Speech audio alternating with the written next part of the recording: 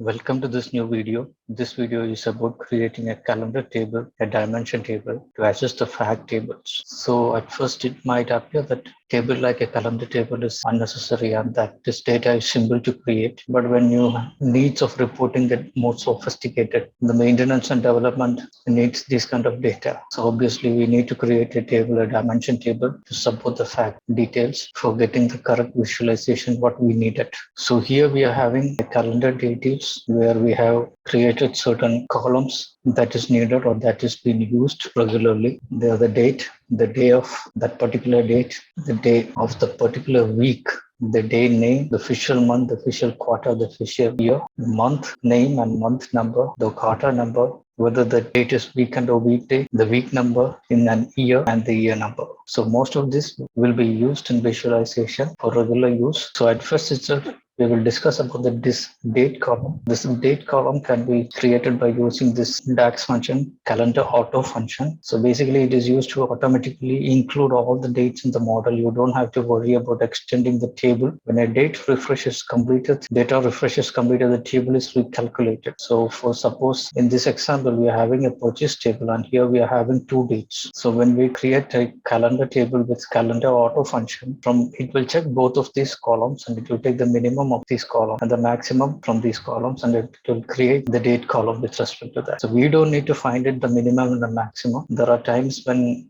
a date column will be there in more than some 20 tables or more than some 30 fields of dates are there. So you can't check each and every column which is the minimum and which is the maximum. So instead of that, you can use this calendar auto. So Power BI itself will create the minimum and the maximum of the date, and whenever the data is refreshed and the date increases, this table data also will increase with respect to the increase in that maximum date column. Usually, as you know, Power BI itself will create another almost like a logical table inside this date column by creating a hierarchy of year, month, and date. So it will affect the performance if these kind of date columns are there, almost 30 to 40 date columns are there. It will affect the performance because this logical table will be there the 30 times. So instead of having this kind of columns, it is better to create a calendar table itself with calendar auto function and just create this kind of columns in that calendar function, and you can just relate this calendar with all these tables, and you can go to the file options and you can take away the time intelligence auto function. So because since the time intelligence function is there, we are getting all these hierarchical virtual tables and the dates. So you can take off that and you can create a calendar table instead of that, and you can relate all the tables with this calendar table. So it will increase the performance and you will get more options just for calendar. So now we will see an example of that, creating a calendar table. So in this example, anyway, we don't have a calendar table here,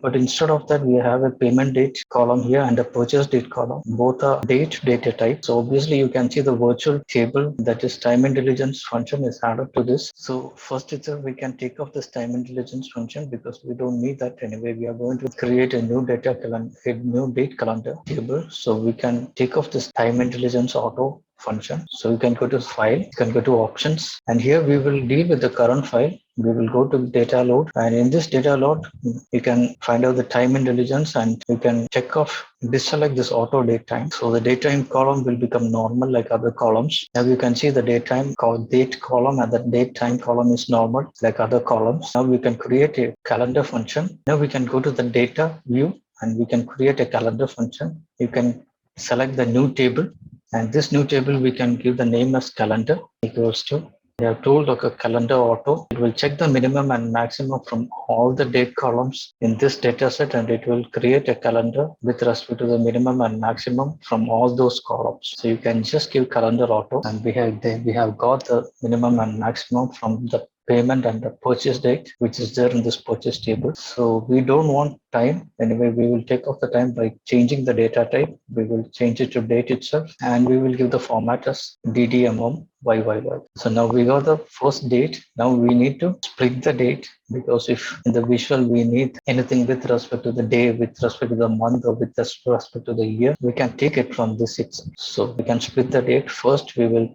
take off this year from this column. So we can create a new column. We can give the new column name as year equals to. We can use the format function to split the name format, and you need to give the value should be calendar date, that is this column, and we need to give the format is just inside the quotes you can give 4 Ys, and that's it. We'll be getting the year with respect to this date. Now we can get the month number, not the month name, but we will get the month number. Why we need to get the month number is sometimes we need to sort the column with respect to the month. So it is better to have a month number column also. So we can create a new column and we can give it as month number equals to, we can give the function month itself, month of calendar date.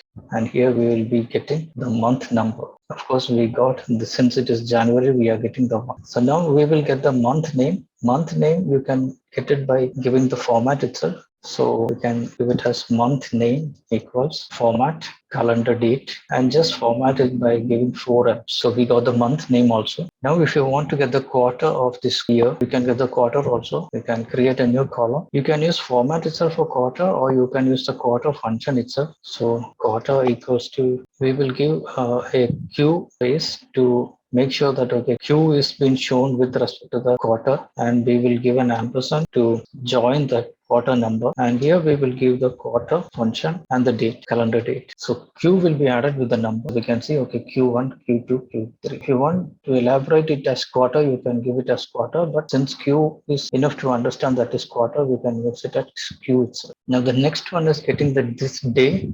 You can create a column and you can give the name as day equals to, you can use day function itself, day and calendar date. So it will be, so the day has been extracted from this date and it has been put under another column. Now if you want to see whether this day is Monday, Tuesday, or whether it is Sunday, you can give it as day name. So you can use the format function for, you can create a new column for that. You can give it as day name equals to format calendar date, and you can give it as 4D. So you got this also. Now it will be important to find out the financial year with respect to the year, because this is not financial year. Most of the countries will be having financial year, and that will be different from this January to December calendar. And some places it will start from April. So we will do a financial year with respect to April. So for the calculation for getting the year, the financial year, if you check the financial year, if you check this column 01 January 2015, in the financial year when it comes, it won't be 2015. This January will be in the financial year of 2040. So you should create a logic to make that okay, January, February, and March should be in 2014, and the remaining months should be in 2015. So for that, you need this month calculation, because you have to check with this month whether this month is less than 4, because 4 is April. April is the start of the financial year. So if this month number is less than 4, it should be the previous year. The financial year should be the previous one. So you can create a column by using a if statement. So you can create it as, and in this new column, we will create the column name as first here is equal to, we will start with if statement.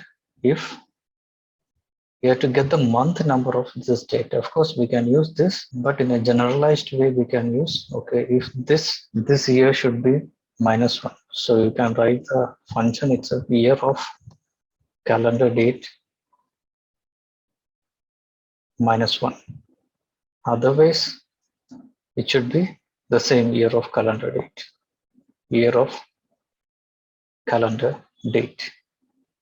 So you can see here January it is 1 and it is 2014. We'll see April it is 2015, and March you can see till March 31 it is 2014. From April 1st it is 2015. Now since we have taken the financial year, now we have to get the financial month also. So the month should start from April. So this month number, financial month number, should be 1 from April, and for January it should be 10 or 11. It should be 10. So you can create a no column. So you have to check the month whether it is less than or equal to 4, because from 4 it will start the new month. So FS month equals that. Here also we can use the if statement. If the month of the calendar date is greater than or equal to 4. If it is April or greater than April, that means April is 4. If it is 4, then the financial month should be 1.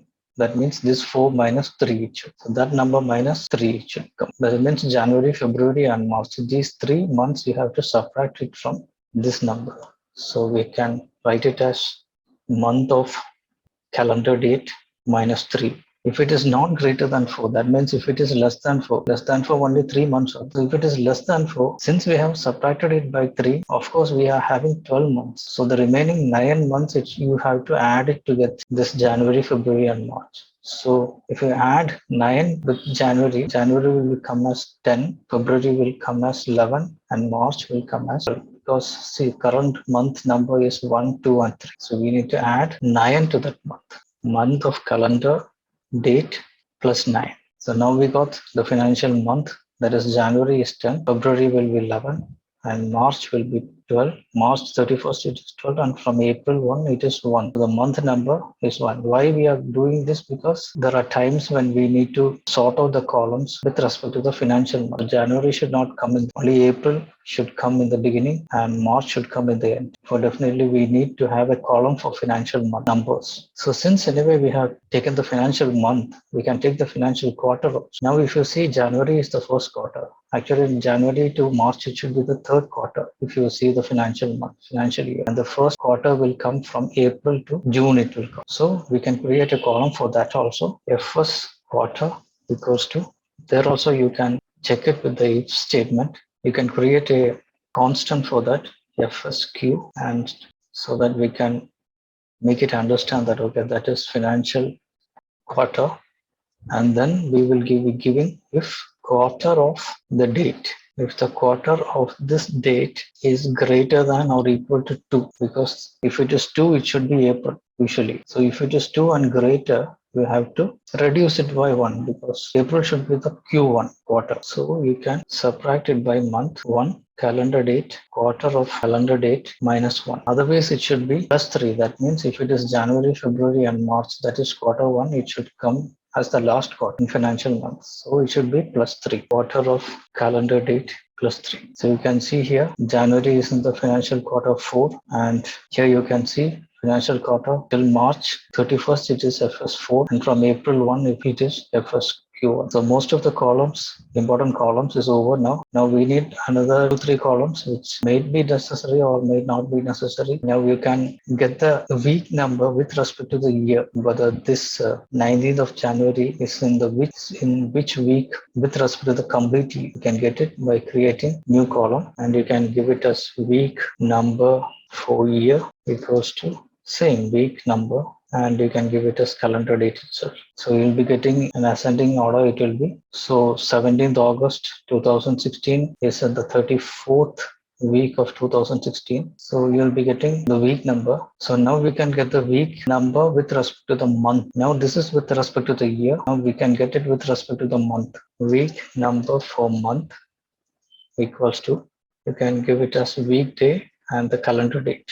So this is with respect to the month. So 7th January. So first day, that first day actually will be a Sunday. So 4th January 2015, first will be a Sunday, and 5th January will be Monday. So this is with respect to the, actually it is with respect to the week. So you can see here, Sunday it is 1 and Monday it is 2, and which number of the week it is. So now next one can be the last one we can make in this video, that is to find whether this date is with respect to the weekend or whether it is with respect to the weekday. So we can find the sales difference between weekday and weekend. So this will be an important column for that. So we can create a column and we can create it as weekend or weekday equals to, you can write an if statement. If, so we have used weekday to get the number of the date which is in which number, that is 1 is Sunday, 2 is Monday, 3 is Tuesday, like that. So you can, with respect to this, you can find out whether it is weekday or weekend. If it is 7, it will be Saturday. If it is 1, it will be Sunday. So if this weekday is 7 or 1, it should be a weekend. Other days, it should be the weekdays. So you can write it as weekday if weekday of calendar date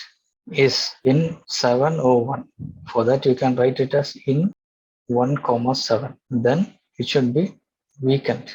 Other days it should be weekdays. So you got it like that. This is 7 and 1. That means this is Saturday, that is weekend, and Sunday is also weekend. Other days it is weekday. So with respect to that, you can find out, okay, then you need to connect this calendar date to the purchase. So this date column, we are going to have a relationship with this purchase date.